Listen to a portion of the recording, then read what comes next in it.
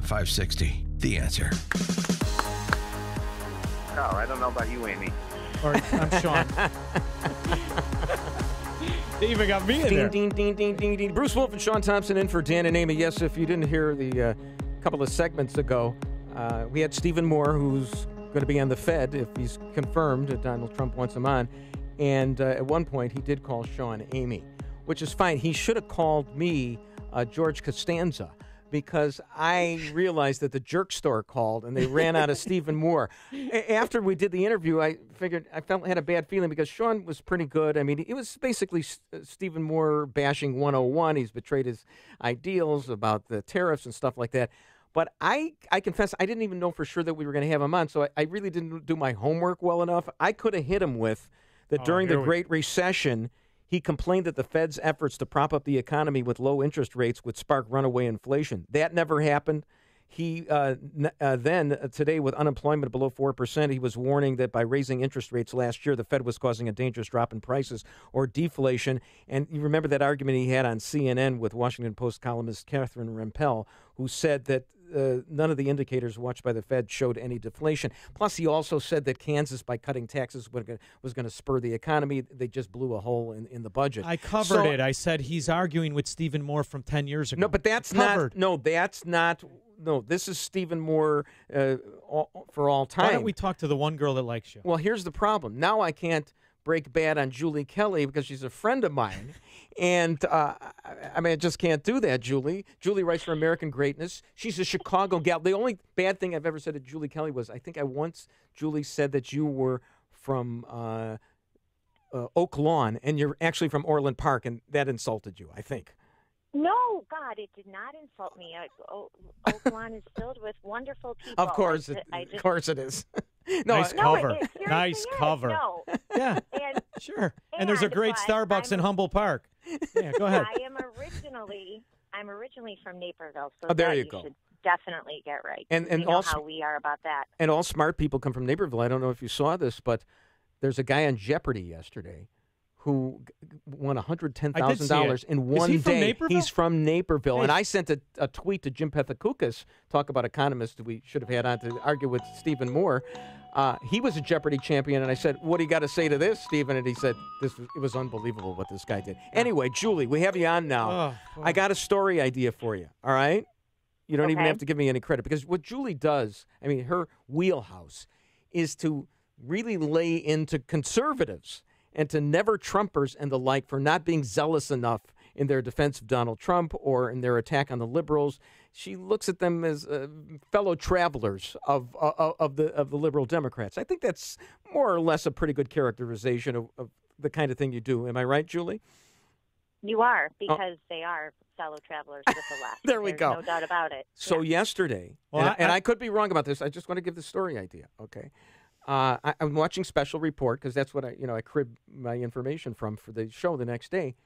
I correct me if I'm wrong, but I don't believe on Special Report, they had a full hour there, they showed any of the testimony that Candace Owens gave before Congress yesterday, which was a big thing on Twitter, and maybe you could go after Bret Baier. That's all I'm saying, Julie. What do you think?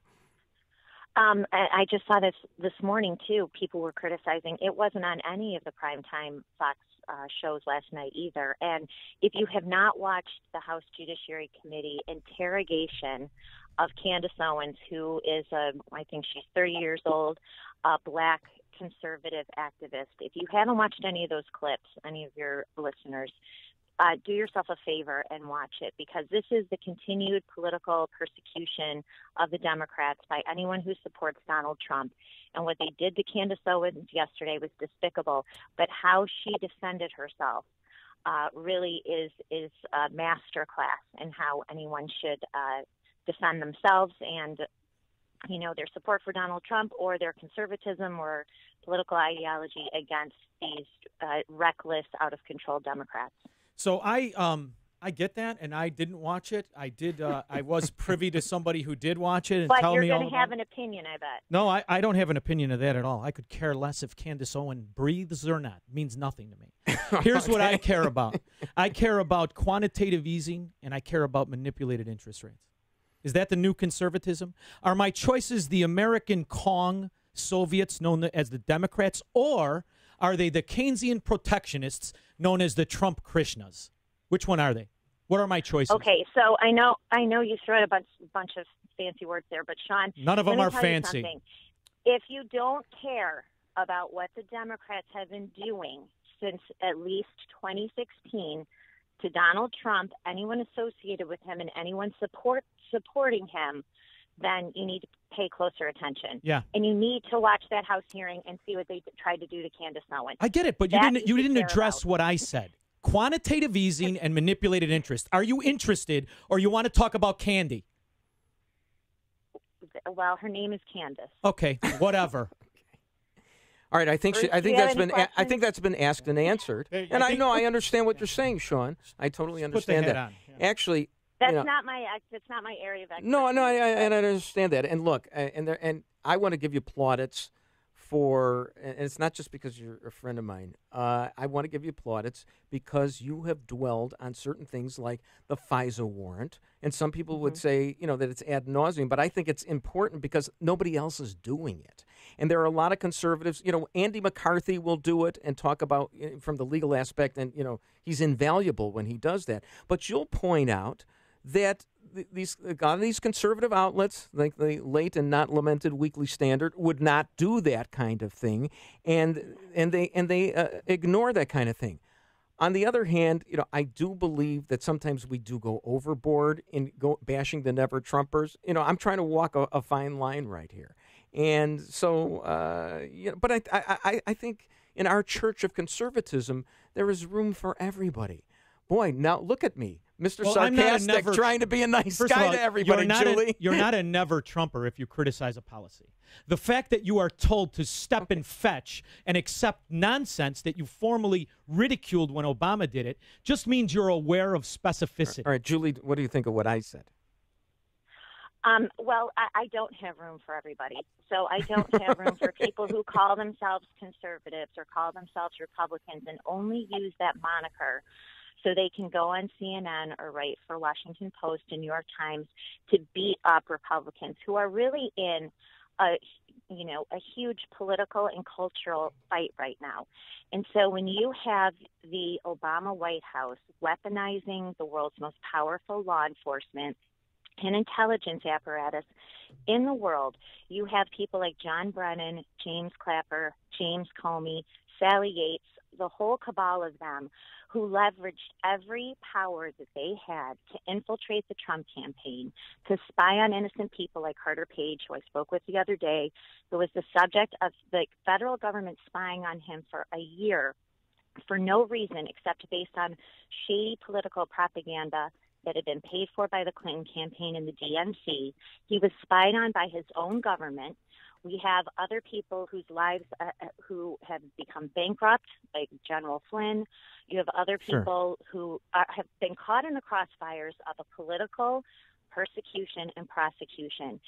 And if you claim to be a conservative and you think that that's okay, then you're not a conservative. And I totally you deserve to be called out for it. And I totally get it. And a lot of it is a question of emphasis. And now I'm going to name names now, okay? So I'm going to name Jonah Goldberg, all right? And just the other day, I tweeted that his G-file was terrific. He retweeted it, okay? But I have also called him out because when Roger Stone was going to prison or whatever, was on Tucker Carlson. Also a scumbag. Well, here's the thing. Jonah Goldberg wrote a column about what a scumbag Roger Stone is. And he is. And that's true that he is a scumbag. But the major... But that doesn't mean he's a criminal. No, well, right. And here's the problem. The major point of that day of the news cycle was Andy McCarthy's point, which was... Okay, they got Roger Stone, but it doesn't mean that he's a criminal. What they really showed was that they don't have the goods on him, and a guy like Jonah didn't mention that. It was all about what a bad guy Roger Stone was. So I called Jonah out on it. Now he didn't respond to that, so I understand that there isn't a lot of emphasis on what a canard this whole thing is, and you have. That's where, you come into play, and your service is invaluable as well. But I think sometimes we do go overboard in our criticism and say, well, you're not a conservative, because there's a lot of great conservative principles and a lot of great conservative columns like the one that Jonah did on Joe Biden. Disagree? Okay, so Jonah did a good column about conservatism, about Joe Biden, defending Joe Biden. In the meantime, now Joe Biden isn't a shady character. Joe Biden and the political connections that he has, the contracts that his son has gotten. Sure.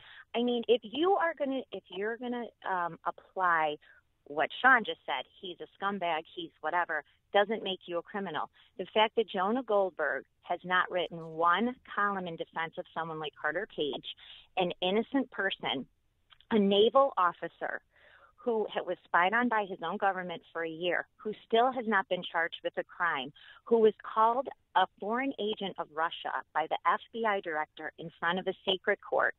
Jonah Goldberg and the Never Trumpers have not said one word in defense of Carter Page. But yet they can take time to write about Joe Biden. That's exactly the hypocrisy, double standard that I've written about for the last few but I'm years. not implementing that. I completely agree with you when it comes to Carter Page. Completely. And I furthermore agree with you to the point, maybe Roger Stone hasn't broken the law, but only because he wrote it.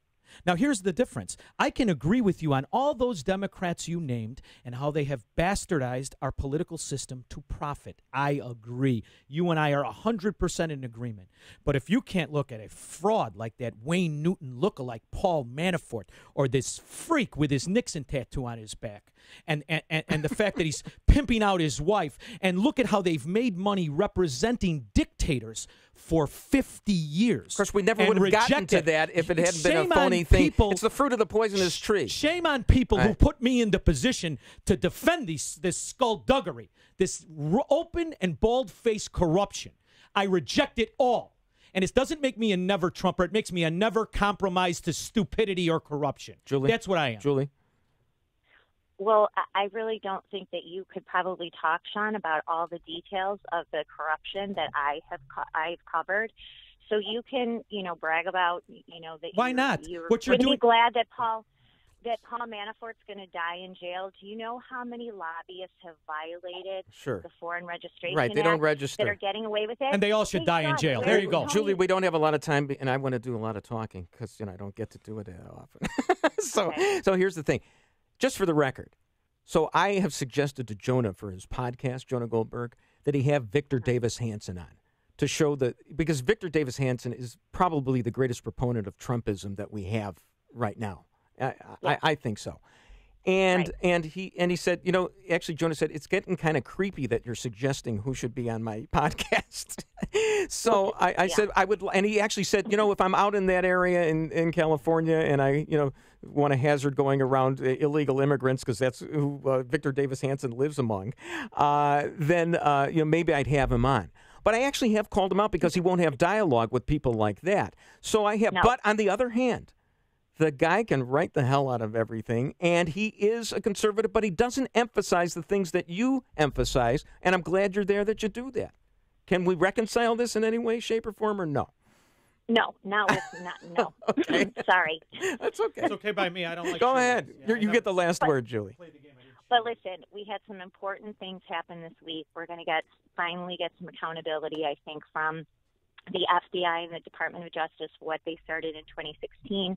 Attorney General William Barr testified on the Hill yesterday. He is going to investigate what happened. We also have an Inspector General who's investigating, especially the FISA abuse. Lindsey Graham is going to hold hearings. Devin Nunes is making criminal referrals this week.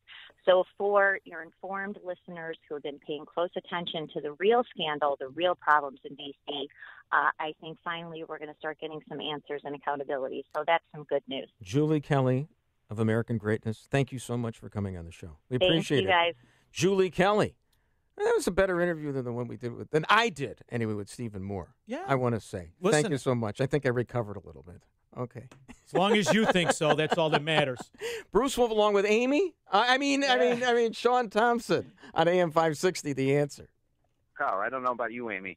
Or I'm Sean. There's only one radio show in Chicago talking about today's biggest stories and telling you what they really mean. That show is this one, Chicago's Morning Answer on AM 560. The Answer.